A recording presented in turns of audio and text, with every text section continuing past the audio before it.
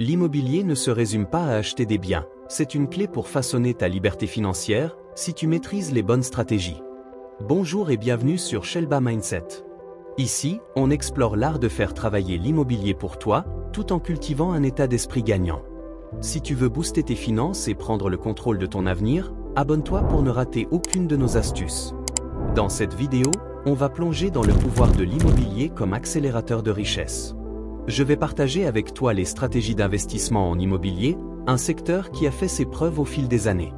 L'immobilier est non seulement un moyen de générer des revenus passifs, mais aussi une véritable opportunité pour bâtir un patrimoine durable.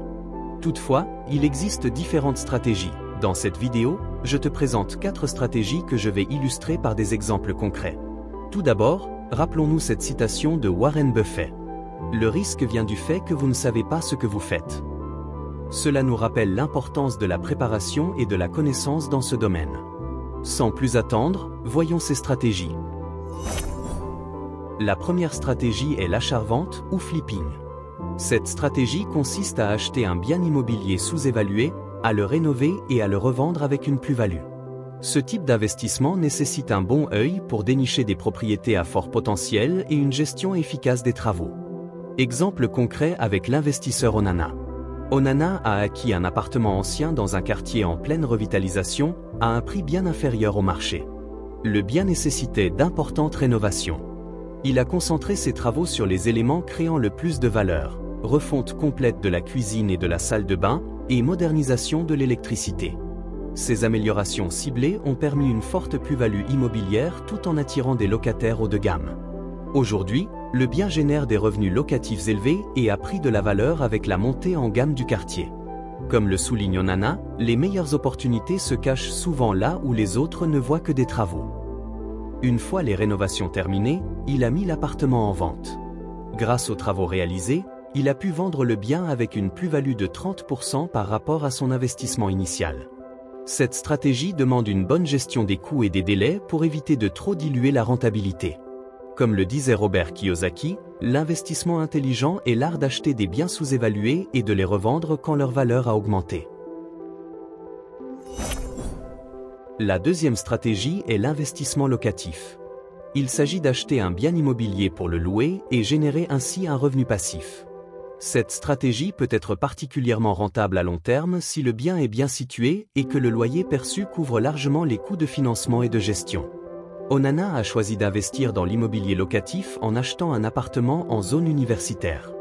Son objectif était simple, louer à des étudiants, un marché stable et très demandé. Après quelques travaux légers, peinture et renouvellement du mobilier, il a pu mettre en location son bien à plusieurs étudiants chaque année.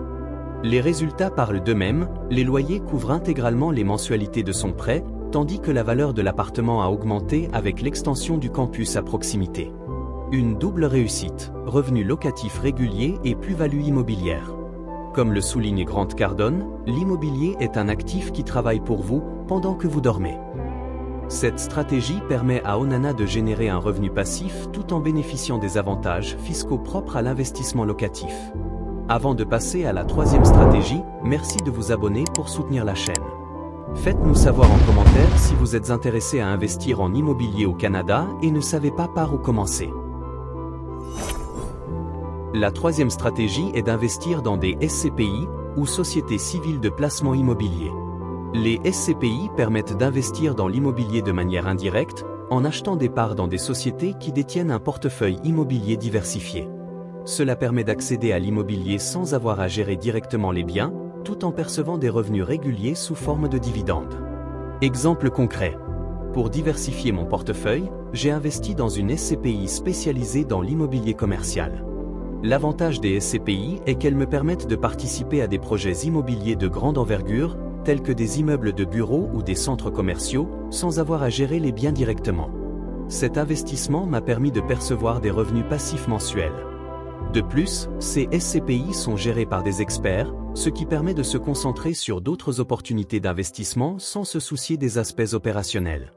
Comme l'a souligné Andrew Carnegie, 90% des millionnaires l'ont été grâce à l'immobilier. 4. La diversification dans plusieurs types d'immobilier. La diversification est une autre clé essentielle de l'investissement immobilier. Plutôt que de concentrer tous vos investissements dans un seul type de bien, par exemple, résidentiel, il peut être intéressant de diversifier votre portefeuille pour inclure plusieurs secteurs, résidentiels, commerciaux, industriels, etc. Paul a choisi de diversifier ses investissements en acquérant à la fois des appartements résidentiels et des locaux commerciaux. Les appartements résidentiels lui assurent un revenu stable, tandis que les locaux commerciaux lui offrent des rendements plus élevés. De plus, en cas de crise touchant un secteur, comme le résidentiel, l'autre peut compenser les pertes. Cette diversification lui permet de mieux gérer les risques et d'optimiser la rentabilité sur le long terme. Comme pour toute stratégie d'investissement, Paul sait qu'il est essentiel de bien comprendre les risques associés à chaque type d'immobilier. En conclusion, investir dans l'immobilier est une voie éprouvée pour créer de la richesse. Mais il est important de choisir la bonne stratégie en fonction de vos objectifs et de votre situation. Que vous choisissiez l'achat-revente, l'investissement locatif, les SCPI ou la diversification, chaque approche a ses avantages et ses risques.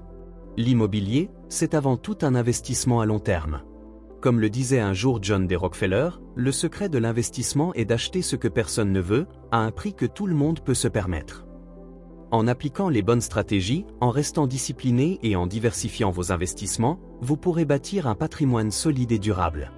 Je vous encourage à commencer dès aujourd'hui à réfléchir à vos stratégies et à investir dans votre avenir.